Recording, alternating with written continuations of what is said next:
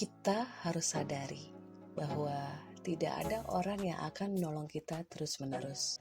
Tidak ada juga yang terus berada di samping kita dalam kesusahan. Sebagai manusia, berharap itu memang suatu hal yang wajar.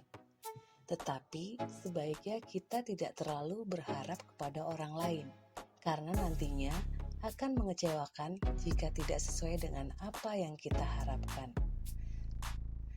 Contohnya, mungkin hari ini mereka dapat menolong kita dengan meminjamkan uang untuk kebutuhan sehari-hari. Tetapi, mereka tidak akan selamanya dapat membantu kita terus-menerus. Ada saatnya mereka berhenti membantu kita dengan berbagai macam alasan. Apakah kita akan marah dan kecewa? Jika kita marah dan kecewa, berarti kita orang yang tidak tahu diri. Sudah dibantu, tetapi tidak bersikap baik saat mereka berhenti memberi bantuan kepada kita. Bahkan, bercerita kepada orang-orang bahwa dia tidak sama sekali membantu kita. Coba kita pikirkan, berapa lama mereka membantu kita? Harusnya kita berterima kasih, sudah ada orang baik yang membantu kita. Jangan pernah berharap bantuan orang lain. Tidak ada orang yang selalu mau terus-menerus menolong dan membantu kita. Mereka punya kebutuhan masing-masing. Harusnya kita justru berubah ke arah yang lebih baik. Oleh karena itu, bangkitlah, hadapilah, berjuanglah untuk selalu tidak berharap kepada orang lain. Intinya, kehidupan kita adalah tanggung jawab kita sendiri, bukan tanggung jawab orang lain.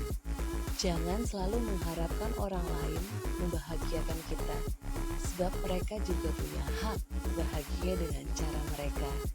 Jangan paksakan mereka untuk selalu berbagi kepada kita, sebab mereka juga ingin membaginya dengan orang lain.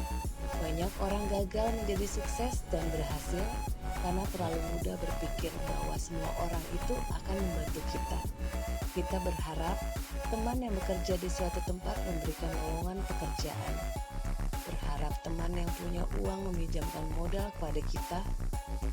Berharap teman yang ahli pada suatu bidang tertentu bisa memberikan ilmunya secara gratis dan mendampingi kita sampai berhasil. Ingat, tidak ada orang yang selalu dan selalu memberikan semua yang kita minta secara cuma-cuma. Lupakan itu dan hadapi hidup kita dengan berjuang. Jalani secara real tanpa harus bergantung kepada orang lain. Hidup itu jangan dibuat menjadi candaan dan jangan lemah. Sekalipun dalam rumah tangga kita tidak bisa berharap pada pasangan kita.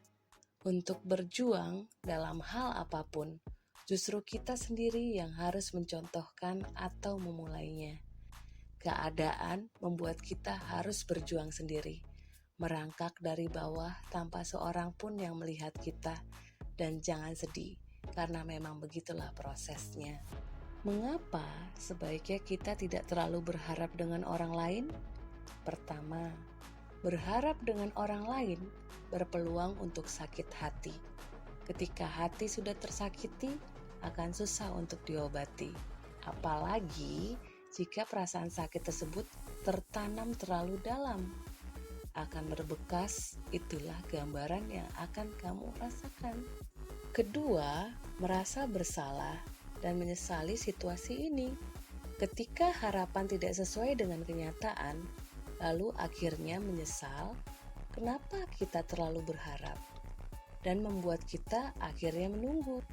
Jika yang ditunggu memberikan kepastian, itu tidak masalah. Namun, jika sebaliknya, bukankah itu menimbulkan rasa kecewa dan akhirnya menyalahkan diri sendiri karena tidak sesuai dengan apa yang diharapkan? Yang terakhir, dapat menimbulkan trauma karena sudah sangat berharap akan janji-janjinya. Tetapi pada kenyataannya, janji itu tidak ada. Berharap kepada orang lain itu akan menghancurkan kamu. Jangan sampai kamu menancapkan luka dengan ulahmu sendiri. Trauma tidak selalu mudah untuk diatasi.